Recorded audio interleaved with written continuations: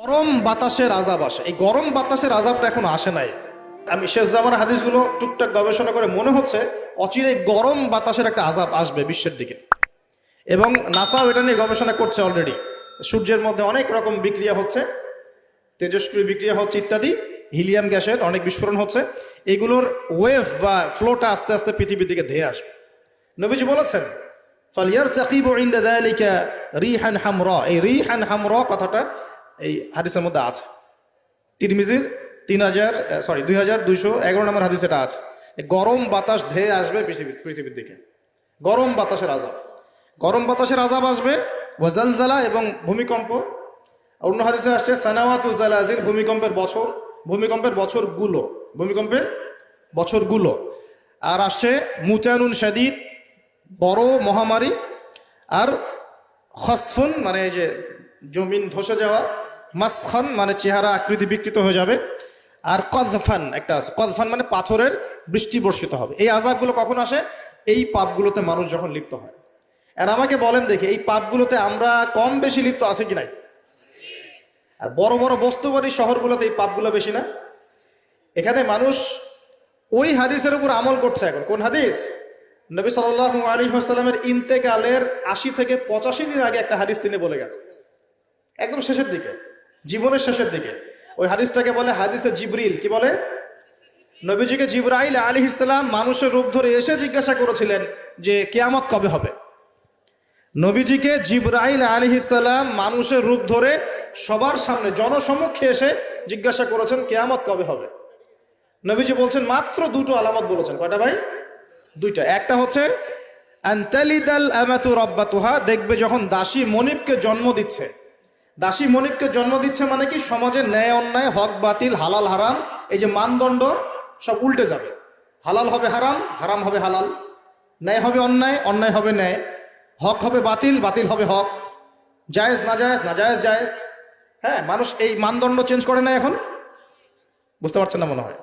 এখন সমাজে সত্য মিথ্যা, ন্যায় অন্যায়ের মানদণ্ড কি কোরআন সুন্নাহ এখনো টিকে আছে? এখন মানুষ নিজে যেটা ন্যায় মনে করে সেটাই ন্যায়, নিজে যেটাকে অন্যায় মনে করে সেটা অন্যায়, নিজে যেটাকে ভালো মনে করে সেটা ভালো, নিজে যেটাকে খারাপ মনে করে সেটা খারাপ। আল্লাহ যেটাকে হালাল করে দিয়েছেন মানুষ হারাম করে নিচ্ছে, আল্লাহ হারাম করে দিয়েছেন মানুষকে হালাল করে নিচ্ছে। হচ্ছে কি নাই গোলা? তো এই যুগ চলে আসে নাই যে দাসী মনিবকে জন্ম দিচ্ছে না? মানে মানদণ্ড উল্টে গেছে। আমার কথা কি বুঝতে পারেন? মানদণ্ড উল্টে গেছে। জিনিস ভালো মন্দের, ন্যায় অন্যায়, হক বাতিলের মানদণ্ড উল্টে গেছে। বলেন তো সত্য মিথ্যার মানদণ্ড কি? আমার বুদ্ধি না আল্লাহর ওহী? কোনটা? সত্য মিথ্যা, ন্যায় অন্যায়, হক বাতিলের চূড়ান্ত মানদণ্ড কি? আমার বুদ্ধি নাকি আল্লাহ পাকের কোরআন সুন্নাহ? কোনটা? কিন্তু সমাজে কি সেটাই বাস্তবায়িত আছে 100%? 50%ও কি আছে? তো এই সমস্যাটা কি চলছে কিনা? তার মানে কি আমাদের এই বড় আলামতটা আমরা দেখছি কিনা? দেখছি। গেল দুই নম্বরটা নবী বলছেন ওয়া আনতারাল হুফাতাল উরাতাল আলাতা রিয়া আশাই ইয়াতাতাওয়ালুনা ফিল বুনিয়ান। নবীজি বলছেন যখন দেখা যাবে সমাজের সবচেয়ে দরিদ্র শ্রেণীর মানুষ, স্যান্ডেল কেনার টাকা ছিল না, কাপড় পরার টাকা ছিল না, এই শ্রেণীর মানুষ, রাখাল মানে গরু ছাগল চড়াতো, এই শ্রেণীর মানুষ উঁচু উঁচু অট্টালিকা নির্মাণের প্রতিযোগিতা করবে। ভালো করে বোঝেন, নবীজি বলছেন না ধনীরা, সমাজের ধনীরা অট্টালিকা নির্মাণের প্রতিযোগিতা করবে। নবীজি এই কথা বলছেন না হাদিসে। নবীজি বলছেন সবচেয়ে দরিদ্র শ্রেণীর মানুষ, রাখাল শ্রেণীর মানুষ, স্যান্ডেল নাই, গায়ে জামা নাই, এরা উঁচু উঁচু অট্টালিকা নির্মাণের প্রতিযোগিতা করবে। করছে কিনা? কিভাবে সম্ভব এই শ্রেণীর মানুষের অট্টালিকা নির্মাণ না নির্মাণের কম্পিটিশন করা? কিভাবে সম্ভব? 1, সুদের মধ্য দিয়ে, 2, করাপশন দুর্নীতির মধ্য দিয়ে, 3, অন্যের সম্পদ আত্মসাৎ করার মধ্য দিয়ে। এই সমস্যাগুলো চলছে কিনা সমাজে? এরাই যখন 10-20 তলা বিল্ডিং উঠাবে তখন তো আর মানুষকে মানুষই মনে করবে না। বুঝতে পারছেন না? না, এদের তো কোনো পড়াশোনা নাই, কোনো ব্যক্তিত্ব নাই, কোনো দিনই এলেম নাই, রুচিবোধ নাই, কালচার না, সামাজিক না, এর তো মানে অসামাজিক। এরা যখন, এদের হাতে যখন আপনি সম্পদ চলে যাবে, এরা তো সাধারণ মানুষকে মানুষই মনে করবে না, গরিব মানুষকে এরা কিছুই মনে করবে না, ও মনে করবে আমি সব কিছু। আমরা দেখেছি যার একটা বাড়ি আছে ঢাকায়, ও মানুষকে মানুষই মনে করে না, মানুষকে মানুষই মনে করে না, যে মনে করে আমি আমি শহরের মালিক।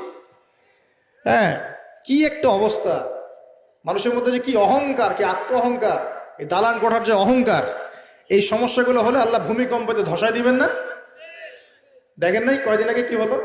গতকালকে যে কোটিপতি ছিল তার পরের দিন রুটি নিয়ে দাঁড়ায় আছে। গতকালকে আইসক্রিম বিক্রি করেছে নাচানাচি করে, তারপরের দিন বসে আছে, কিচ্ছু নাই। আল্লাহ পাক এই পাপগুলা দেখে সবর করেছেন, ধৈর্য ধরেছেন। ধৈর্য ধরে এক সময় যখন আল্লাহ পাকের আযাব চলে আসছে, একবারে সব সমল উৎপাদিত করে দিয়েছে। আমরা তো কারো দুঃখে খুশি না, বরং এগুলো সারা দুনিয়ার মুসলমানদের জন্য শিক্ষা। সারা দুনিয়ার মুসলমান যে যেখানে আছি, আমাদের সবার জন্য এটা শিক্ষা। যদি এই পাপগুলোতে আমরা লিপ্ত হই, আল্লাহ পাক ছাড় দিলেও ছাড়বেন না। আল্লাহ পাক ছাড় দিবেন কিন্তু ছাড়বেন না। মানুষের মধ্যে এখন সম্পদের যে অহমিকা, গরিব মানুষকে মানুষই মনে করে না, খেটে খাওয়া মানুষকে মানুষই মনে করে না।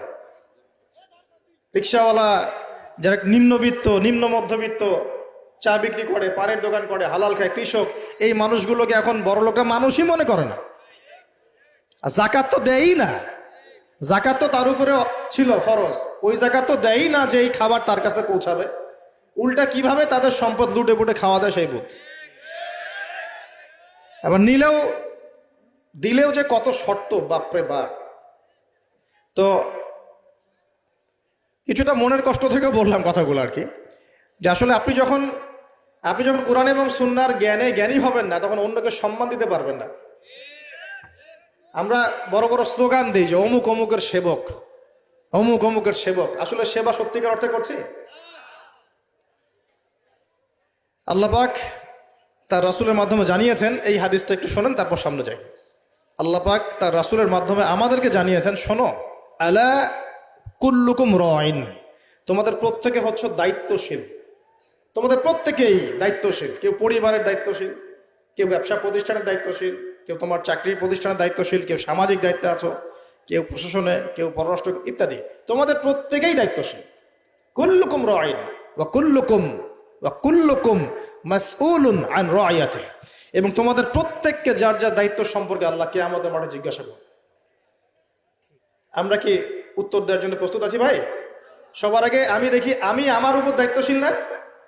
মনে করেন আমি বা আমাদের মতো যারা আছেন, যারা দায়ী ইলাল্লাহ, আলেম ওলামা, যারা উম্মার জন্য ভালো চিন্তা করেন, জনগণকে পথ দেখানোর চেষ্টা করেন, তাদের উপর সবচেয়ে বড় আমানত হচ্ছে কোরআন এবং হাদিস। তাদের উপর সবচেয়ে বড় আমানতটা কি? কোরআন এবং সুন্নাহ। এই জ্ঞানটাকে সত্যটাকে স্পষ্ট করে দেওয়া, এইটার আলোকে সত্য মিথ্যাকে স্পষ্ট করে দেয়া। কতজন মানুষ এই কাজটা করতেছে? কেউ হিকমার দোহাই পেরে সত্য মিথ্যা স্পষ্ট করে না, কেউ চাকরি চলে যাবে এই ভয়ে সত্য কথা বলে না, কেউ আমার এই হবে সেই হবে কত কিছু চিন্তা করে সত্যের সাথে মিথ্যা তালগোল পাকায় সময় পার করতেছে।